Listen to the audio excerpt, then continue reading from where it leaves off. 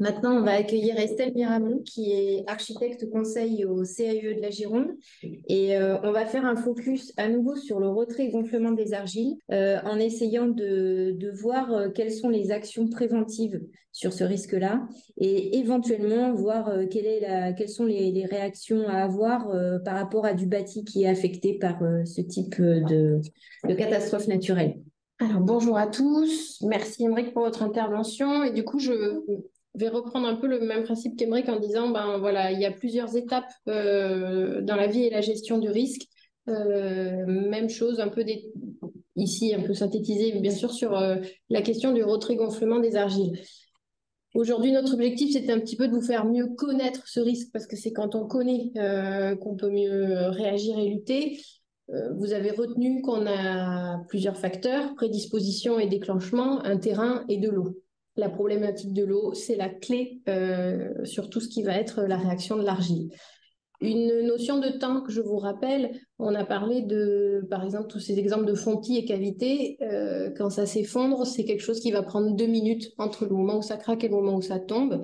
L'argile, c'est beaucoup plus vicieux que tout ça. On ne le voit pas trop venir. Finalement, on voit quelques fissures, on ne réagit pas forcément. J'aimerais vraiment aujourd'hui vous sensibiliser au fait de réagir plutôt que d'attendre les premières grosses fissures et peut-être même quand il y a des fissures qui apparaissent, il faut prendre des décisions et des actions pour éviter que le phénomène se poursuive avant peut-être même d'être arrivé aux gros travaux finaux de réfection. Deux types de construction se dégagent, la construction neuve et le bâti existant. La construction neuve, mes collègues vous en ont parlé, il y a une cartographie, une zone d'aléas, des règles de construction qui sont faites. En principe, une construction neuve ne devrait pas subir les dommages d'un retrait-gonflement si elle est faite comme il faut. Le gros sujet sur lequel je voudrais qu'on s'appuie aujourd'hui, c'est le fait que 80% des bâtiments dont nous avons besoin pour 2050 existent déjà. Donc, l'objectif, c'est de comment on fait pour préserver ce patrimoine, essayer de le rendre le moins fragile possible face au retrait-gonflement des argiles, puisque Laura vous l'a dit, il va y avoir un sujet d'assurance, potentiellement d'augmentation de cotisation, le réchauffement climatique faisant il va falloir prendre des décisions plutôt que de réparer pour préparer les constructions. Je vous ai donc dit que finalement, la problématique commune, c'est écrit ici, c'est l'entretien et la surveillance. Cet entretien et surveillance, il est primordial parce que quand on se lance ensuite dans un processus de réparation, diagnostic, expertise, indemnisation d'assurance, le processus dont nous a parlé Émeric avec le classement catastrophe naturelle sont des choses qui prennent beaucoup de temps, des gros calendriers, puis des travaux qu'il va falloir faire en plusieurs étapes et qui vont, quoi qu'il arrive, toujours aborder des travaux qui vont toucher les réseaux, les abords, la proximité directe du bâtiment. Toute cette partie, finalement, si on a un bon travail d'entretien et surveillance, on peut réussir à gagner du temps et à faire des travaux moins lourds. Je vais aussi vous demander, pour tous ceux, aujourd'hui je sais qu'on a un public très varié, on a des gens qui sont dans l'instruction, on a des élus, on a des adjoints, on a des gens qui sont en service technique, vous ne faites pas tous la même chose, mais il y a une problématique commune. Je pense qu'il faut absolument transmettre ces informations aux populations pour qu'elles puissent être sensibilisées, avoir peut-être aussi un peu moins peur parce que justement, elles aussi connaîtront mieux ce risque. Pour les constructions neuves, donc ça on vous l'a dit tout à l'heure, la cartographie, vous pourriez, si vous le souhaitez, prescrire sur chacune de vos communes un PPRN RGA avec des recommandations appuyées pour chaque territoire. Et pareil à ça, s'ajoutent des règles de construction pour toute nouvelle construction. Un grand principe, un maximum de chaînage et un maximum de rigidité dans toute construction neuve avec des ancrages de fondation qui sont, plus les années passent, de plus en plus profonds. C'est-à-dire qu'un pavillon construit peut-être dans les années 80 avait un ancrage de fondation entre 60 et 80 cm. Aujourd'hui, spontanément, les géotechniciens et les bureaux d'études vont prescrire en secteur argileux des encastrements à 160-180 cm. Donc, ce sont des constructions plus chères, plus techniques et qui génèrent aussi une réaction du sol qui est très différente. C'est-à-dire que plus je descends mes fondations, j'étanche aussi mon sol. On parle tous de désimperméabilisation en ce moment. mais c'est un vrai sujet. Plusieurs maisons dans une pente, dont toutes ont des fondations plus profondes, vous vous doutez bien que le flux d'eau général du territoire n'est plus le même. Donc, j'insiste en vous disant, ça questionne du fait de construire en territoire argileux et de réfléchir aux distances de construction entre les bâtis. Là, je vais peut-être un petit peu enfoncer des portes ouvertes, mais sur tout le bâti existant, finalement, la clé du succès, on se l'est dit, c'est absolument limiter les apports d'eau aux abords de fondation. Le premier sujet, c'est tous les réseaux, eau pluviale et abduction d'eau, assainissement. S'il vous plaît, il faut absolument mettre en place des carnets d'entretien, des suivis réguliers des bâtiments communaux. Il faut accompagner les particuliers et les administrés à faire la même chose. Une gouttière qui est pleine va systématiquement déborder. Un regard non raccordé ou inexistant, combien de fois par exemple on voit ce genre de situation, fait que systématiquement, toujours au même endroit le long d'une fondation, l'apport d'eau va se faire de façon anarchique. Du coup, comme il n'y a qu'un seul endroit des fondations qui subit cet apport d'eau majeur, au moment de la dessiccation en été, il va y avoir une brisure qui va apparaître à cet endroit-là. Et ça, c'est un vrai sujet. Les experts, quand ils arrivent pour faire les expertises, même si la commune est classée CatNat, ils vont vous dire, OK, bon, oui, il y a eu un sujet de sécheresse, mais je vois bien qu'il y a un défaut d'entretien. Et de fait, je pense que les indemnisations vont se trouver un petit peu ajustées en fonction de ça. Donc, il faut que vous puissiez justifier d'un bon entretien de tous les bâtiments. Et ça va de la maison individuelle à la salle des fêtes, à la mairie, tous les bâtiments possibles qui existent sur le territoire. Un petit zoom quand même, abduction d'eau, c'est tout bête, mais une canalisation WC qui fuit pendant des années à l'emplacement d'une traversée de fondation peut, bien entendu, dans une période de sécheresse, venir créer une fracture. Ici, un premier sujet sur tout ce qui est puisards et ouvrages de rétention des eaux pluviales. Ici sont concernés aussi bien les bâtiments neufs que les bâtiments existants. Je vais aborder la question sur plusieurs regards. Excusez-moi, c'est le cas de dire, plusieurs points de vue. Si vous êtes un élu, que vous voyez un projet de particulier ou un projet d'aménageur qui arrive sur la table, un instructeur qui voit passer un permis, quand en zone argileuse, on écrit que les lots individuels vont faire un puisard de rétention d'eau pluviale, ce n'est pas viable, ce n'est plus possible en secteur argileux. Il faut absolument mener les gens à produire des notes de calcul sur les ouvrages de rétention. Si aujourd'hui on fait des calculs pour la thermique, on sait faire la même chose pour des ouvrages de rétention.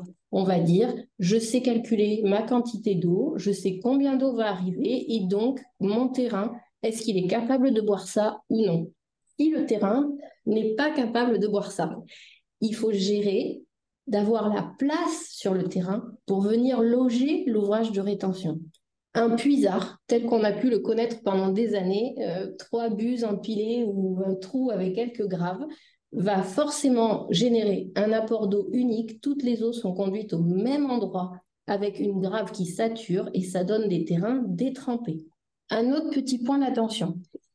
Normalement, en secteur argileux, les règles de construction nous demandent de mettre en parallèle des constructions, de venir créer, c'est le schéma vert au bout de ma souris, un espace qu'on traite, qu'on protège, qu'on imperméabilise, mais de façon raisonnée, pour éviter un apport d'eau direct aux abords de fondation. Tout ceci menant en souterrain à un drain. Sauf que, premier problème, si jamais ce trottoir est traité ou construit pas comme il faut, il peut penter à l'inverse, et dans ce cas, l'apport d'eau est bloqué, piégé contre la fondation. Donc ça, c'est un problème de mise en œuvre. Ici, c'est le cas sur la photo qui est là. La pente est inverse, c'est absolument infime. On doit avoir un demi%. Et bien, ça suffit à venir créer une fissuration sur tout un linéaire de façade. Un autre sujet qui peut se produire quand, par exemple, vous faites des aménagements dans vos communes. Vous créez un trottoir, vous créez un cheminement piéton le long d'un ensemble de maisons existantes. Il suffit que jamais ce terrain n'a été imperméabilisé aux abords de ces maisons. Aujourd'hui, il devient imperméable. De fait, ces maisons ont un rapport hydrique, un terrain avec un rapport hydrique qui est changé. Si jamais il y a le moindre sujet de mise en œuvre sans drain, ça va créer un véritable piège à eau et ça va faire la même chose que sur le schéma. Donc, il faut faire extrêmement attention quand on crée de nouveaux aménagements à intégrer le fait que des bâtiments qui n'avaient jamais connu cet aménagement au préalable vont aujourd'hui ne plus connaître la même nature de sol qu'au préalable. Un exemple, alors là, qu'on peut peut-être retrouver, hein, d'ailleurs, c'est une commune de l'Entre-deux-Mers sur la photo centrale, c'est la création de talus. C'est quelque chose qui survient beaucoup, aussi bien sur les aménagements, les gros aménagements de communes, que par exemple, dans le cas de division parcellaire, d'un terrain en pente, où chacun va venir taluter pour se mettre à niveau. Un talus en zone argileuse doit absolument être protégé, par exemple avec une structure comme sur l'image du bas, et en plus, il est impératif de devoir planter avec un choix d'essence adapté ce talus. Pourquoi? Parce que la végétation va venir par son système racinaire stabiliser le talus et également drainer l'eau. Si je laisse mon talus comme ça, un jour de gros orage, il y a un phénomène d'accélération de l'eau qui dévale aussi bien dessus que dessous et qui arrive à proximité directe des fondations de la maison en partie basse. Donc, on plante le talus, on le protège et en plus, les maisons en contrebas doivent toutes avoir un principe de drain adapté à la présence de ce talus pour retenir un éventuel apport d'eau pluviale massif. Je vous explique quand même, attention aux conséquences d'assèchement. C'est un petit peu ce dont on parlait tout à l'heure. Ici, une maison, on talute, on enchaîne une autre maison, sauf que lentement, mais sûrement, finalement, toutes ces maisons et ces systèmes de drain sont en train de retenir l'eau et en contrebas, peut-être que des constructions qui existaient depuis des années, qui étaient habituées à un ruissellement naturel de l'eau, qui venait régulièrement maintenir un équilibre d'eau dans le sol malgré les sécheresses. Aujourd'hui, il n'y aura plus ce petit apport naturel d'eau. Et donc, en plus du phénomène de sécheresse, ils vont voir s'amplifier le phénomène de dessiccation de leur sol. Donc, la troisième maison en contrebas, potentiellement, elle peut avoir un sujet de fissuration qui apparaît de par l'arrivée des voisins plus hauts. Un zoom ici sur une notion importante à connaître autour du phénomène de la végétation, c'est la zone d'influence géotechnique, c'est le ZIGE. Le ZIGE, qu'est-ce que c'est? C'est la distance sur laquelle on estime, bien sûr, hein, le développement racinaire d'un arbre. On prend le rapport, c'est le demi-cercle vert qui est ici, le quart de cercle vert qui est là. On reporte la hauteur de l'arbre à son âge adulte. Attention. Et il est donné dans les règles de construction aujourd'hui en secteur argile qu'il faut à minima s'implanter à 1,5 la valeur d'usage de l'arbre concerné pour pouvoir avoir un projet de construction qui ne subira pas l'assaut des racines avec le temps, comme on le voit sur l'image ici en haut. Il y a bien entendu des essences d'arbres qui ont un coefficient d'agressivité un peu plus fort, mais ça veut dire que dans ce cas-là, il faut adapter soit l'implantation de la maison, si sur le terrain il y a des chênes, il faut prendre cela en considération.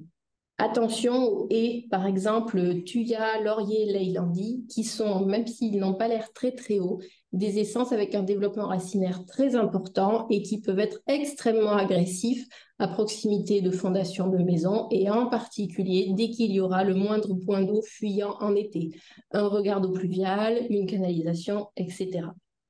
Donc ici, je vous ai remis la règle, distance d'implantation 1,5 fois, voire 2 fois la taille de l'arbre ou de la haie adulte, mature.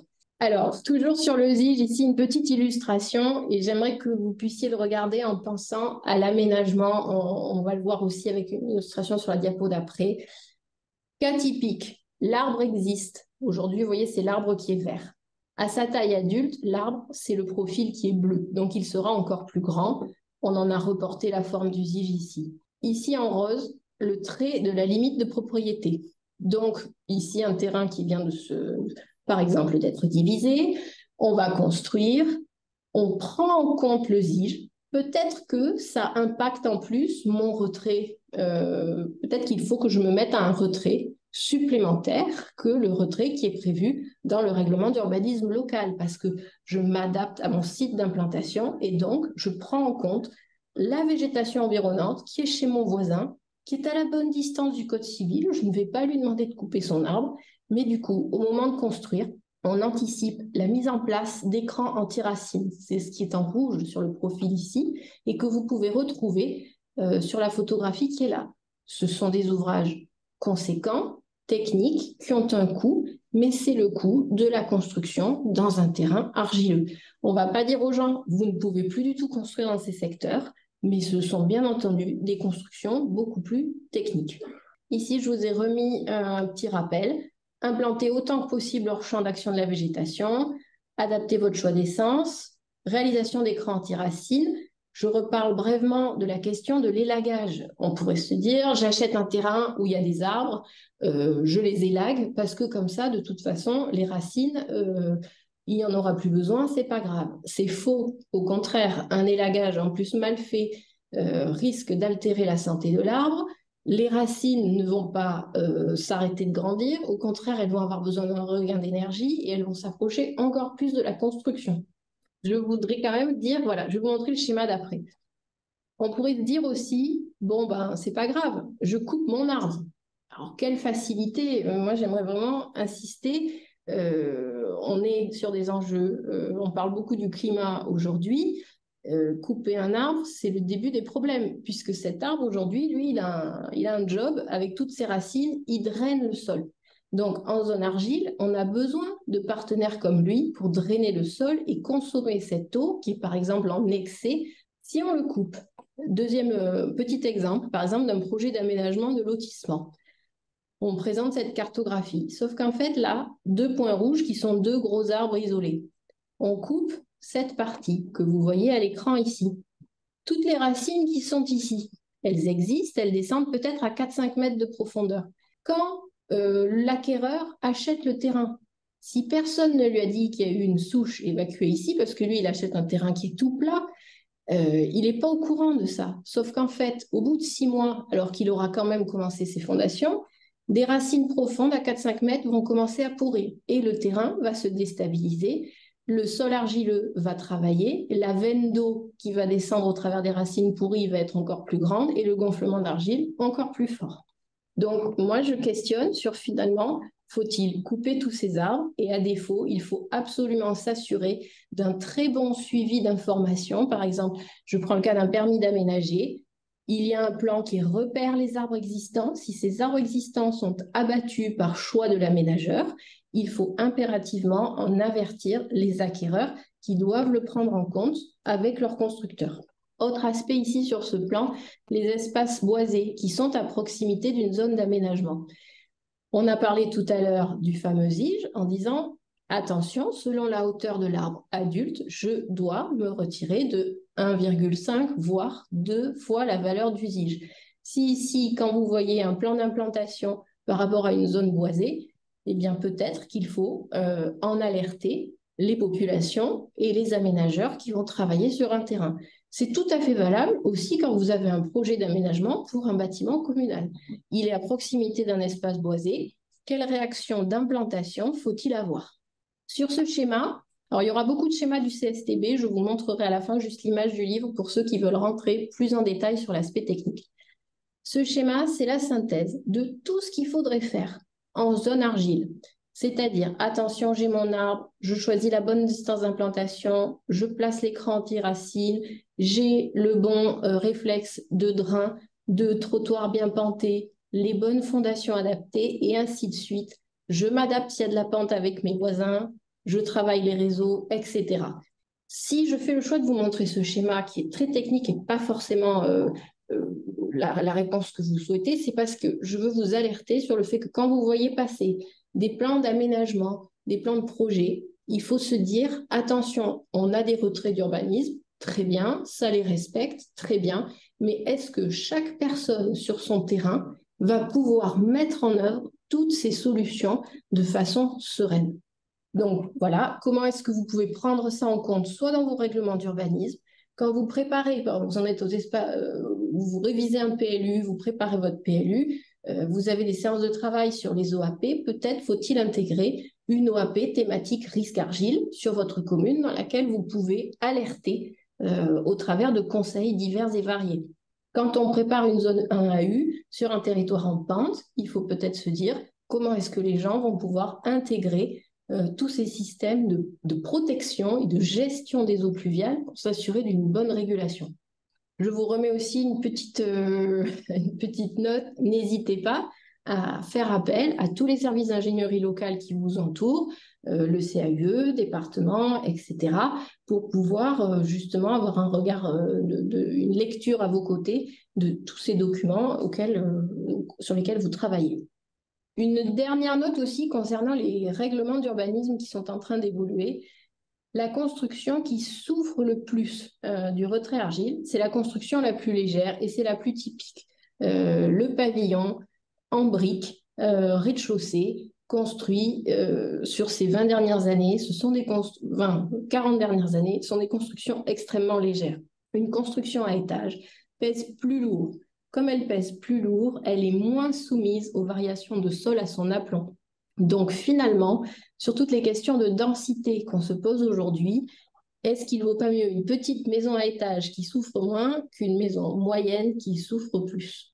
Ici, une synthèse, j'ai mis en parallèle le processus classique qu'il faudrait cheminer pour pouvoir faire des travaux de réfection sur une maison qui, par exemple, a vu apparaître des fissures. On commence par un diagnostic complet, on fait faire une expertise. Très souvent, les experts vont vous demander de lancer une étude de sol G2. Alors, l'étude de sol G2, je vous dis que c'est G2, voire même G2 Pro, parce que c'est le seul niveau d'étude géotechnique qui va permettre un dimensionnement des travaux de structure. Et une fois que ça c'est fait, les experts demandent en priorité un traitement de l'environnement. Donc, c'est tout ce qu'on vient de se dire. La végétation, l'eau dans le sol, vérification des drainages et des réseaux. Une fois que tout ça c'est fait, on attaque les travaux de reprise sur une maison sinistrée. Maison, bâtiment communal, voilà, tout type de construction. On commence par une reprise sous œuvre, on va travailler sur les fondations, on remonte en travaillant sur la maçonnerie, fissures, épinglage, colmatage, on va en parler dans la diapo d'après. Et là, on démarre une phase d'observation qui peut durer de 1 à 2 ans. Et on va vérifier, contrôler que les fissures qui étaient apparues ne réévoluent pas. Et si effectivement l'expert, après surveillance, tranche avec vous en disant « oui, c'est bon, ça n'évolue plus », dans ce cas-là, il autorise la réalisation des finitions intérieures. Donc, par exemple, plâtrerie, etc., etc., et les enduits. Ça veut dire que l'impact moral, l'impact financier, aussi bien pour un particulier qui est obligé de déménager de chez lui parce que la maison est sinistrée, les portes ouvrent plus, le plafond, il y a des fissures partout, ou une salle communale dont, par exemple, elle marche très bien, on a une location qui tourne, ça sert aux associations, des fissures apparaissent, la salle peut être immobilisée très longtemps. Un petit tableau ici quand même pour rappel aussi, on pourrait se dire il n'y a que en zone rouge niveau 3 que l'argile fait de très gros dégâts. Finalement, on se rend compte que c'est que 10% des plus gros sinistres, le reste des sinistres étant aussi bien en zone argile faible que moyen. Là, c'est le prix moyen d'indemnisation. Le tableau qui est là, c'est l'indemnisation donnée par l'assurance, sachant que l'assurance ne donne pas forcément une indemnisation aussi pour les travaux qui traitent les abords. Donc, c'est pour que vous puissiez visualiser le prix de travaux en termes de structure. Dans un rapport de 2018, la mission des assureurs estime que pour la période 2014-2039, il va y avoir une évolution de plus 162% du coût cumulé dédié à la sécheresse. Quelques méthodes de réparation. Alors d'abord, ici, c'est les méthodes les plus invasives, les plus lourdes en termes de technique et de structure. On creuse les fondations et on vient, par ce qu'on appelle une touche de piano, faire des renforts sous les fondations de la maison ou du bâtiment. On ne peut pas ouvrir partout d'un coup, donc on fait par petits bouts. Quand on ouvre tout d'un coup, on peut créer d'autres pathologies sur la construction qui existe, donc c'est très risqué. Ici, sur le cas d'une maison ancienne qui n'a pas de fondation comme une maison classique, vous voyez, c'est le cas de l'entre-deux-mers où les maisons sont des fois posées à même la roche. On vient quand même ici ouvrir, poser des gros renforts, créer des blocs béton.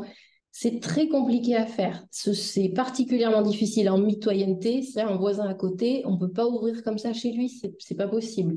Donc ce sont des des méthodes qu'on ne pourra pas faire partout, qui génèrent aussi énormément de mouvements de sol sur les côtés de la maison, avec des gros remblais où il faut s'assurer de surtout pas remblayer avec des matériaux argileux qui viendraient créer un piège à eau contre les travaux qu'on viendrait de finir. La solution un petit peu moins invasive et dont on parle quand même le plus souvent, c'est le micro-pieux. On emmène une grosse machine qui, en biais dans le pied de la fondation, vient envoyer des pieux pour renforcer le sol et ce à quoi les fondations actuelles de la maison s'accrochent. Quand même, cette machine, encore une fois, si je suis en mitoyenneté ou qu'à côté c'est le jardin de mon voisin, c'est pas anodin de faire passer cette machine. Ça ne va pas chez tout le monde, donc il faut anticiper ça, que dans certains secteurs un peu denses en argile, pour réparer, ça va absolument pas être simple. Et enfin, les méthodes d'injection de résine. Alors, beaucoup de gens me disent, oh mais si, on pourra toujours, c'est facile, les résines, c'est tout petit. Effectivement, on voit le monsieur ici, à la différence de la méthode de la tarière de tout à l'heure qui envoie un pieu assez épais avec des gros trous. Ici, c'est une petite canule qui fait 10 à 15 mm d'épais et on fait une succession de trous dans le sol. Oui, sauf que en secteur aléa fort et présence d'eau, la marque refuse la mise en œuvre de sa solution. Parce que justement, on vient mettre un mélange d'une résine dont la recette n'est pas connue dans le sol et potentiellement, s'il y a trop d'eau, ça ne marchera pas. Et donc, en secteur argile fort où ça bouge beaucoup, le mélange de résine est soumis à des pressions qui sont telles que cette solution ne peut pas fonctionner. Une fois qu'on a renforcé les fondations, on démarre le travail sur les fissures. Donc, on vient dégager la fissure, on pique tous les bords de fissure. Vous voyez, ici, il y avait les petits tests de surveillance initiaux. On pique les bords de la fissure, on la dégage, on remplit avec un mortier fibré adapté au type de mouvement que peut subir la maison. On laisse un petit peu en creux pour être prêt le jour où on voudra faire une reprise à l'enduit. Et on attend. C'est là que potentiellement, pendant 1 an et demi, 2 ans, pour pouvoir passer un cycle complet de saisonnalité et de retrait-gonflement, s'assurer que les travaux de renfort ont bien marché, on va placer d'autres tests et on attend.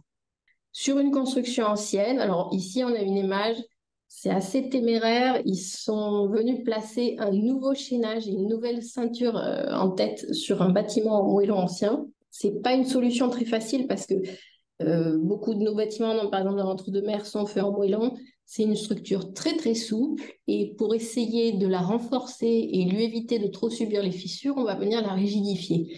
On peut se poser la question de est-ce que c'est bien la meilleure solution? C'est très invasif et ça peut créer d'autres pathologies sur le bâtiment. Donc là, il faut être très très vigilant et ça, ce sont des travaux fastidieux, compliqués à faire réaliser avec des bureaux d'études techniques qui auront fait des calculs très pointus pour être sûr de la viabilité. Sur une maison d'un particulier qui n'a peut-être pas une très grande valeur, on pourrait se questionner comment est-ce que l'assurance, quelle posture vont-ils prendre? Et ça, je pense que ça sera par exemple tout l'intérêt d'un temps d'échange que nous aurons l'an prochain sur cette thématique. Un petit zoom sur la méthode MAC du CEREMA. Donc, vous avez peut-être entendu parler. Monsieur Védier nous a dit que le CEREMA travaille dessus. Je vous ai mis le lien ici en bas. Vous pourrez cliquer si ça vous intéresse. En gros, le principe, c'est le long de la maison, on met un système d'arrosage intégré dans le sol qui régulièrement, en période de sécheresse, vient réhydrater le sol pour qu'on maintienne un équilibre hydrique constant tout le long des fondations et éviter de faire justement le retrait de l'argile. Pour l'instant, première étude qui a été faite, ils en sont au premier test sur une maison type 1 linéaire de fondation. Pour un été, il aura fallu à peu près 4000 litres d'eau. Les 2 cuves qui ont été prévues ici, c'est un peu juste. Voilà, donc ça, c'est une méthode qui est en cours. Comment est-ce qu'on fait? On sait tous qu'on va avoir des sujets d'eau. Peut-on arriver à stocker autant d'eau pour préserver nos fondations? Ne faut-il pas peut-être travailler sur le traitement des abords et une gestion progressive des fondations? 2 pages synthèse maintenant que vous pourrez relire tranquillement plus tard sur les bâtiments existants, entretien, surveillance, éviter les pièges à eau, placer des écrans anti-racines si vous avez des travaux de voirie dans vos communes et informer vos administrés. Sur des projets d'aménagement, faire figurer les boisements existants, prévoir de retrait suffisants depuis les zones boisées, imposer des notes de calcul et des tests de perméabilité dans les PA et les PC, éviter les remblais et déblais, attention, contrôler à l'achèvement, appliquer les devoirs de police, vérifier que les gens ont réalisé les ouvrages de rétention des eaux pluviales et maintenir dans tous les arrêtés, par exemple PC de maison, DP extension, pareil, DP garage, DP piscine, signaler la zone d'aléa et les impacts possibles. Voilà, merci Estelle pour ce bel exposé sur tous les problématiques de retrait et gonflement des argiles au sujet de nos bâtis et des solutions voilà, pour éviter ça en construction neuve et éventuellement la réparation sur du bâti ancien. Merci, à bientôt, au revoir.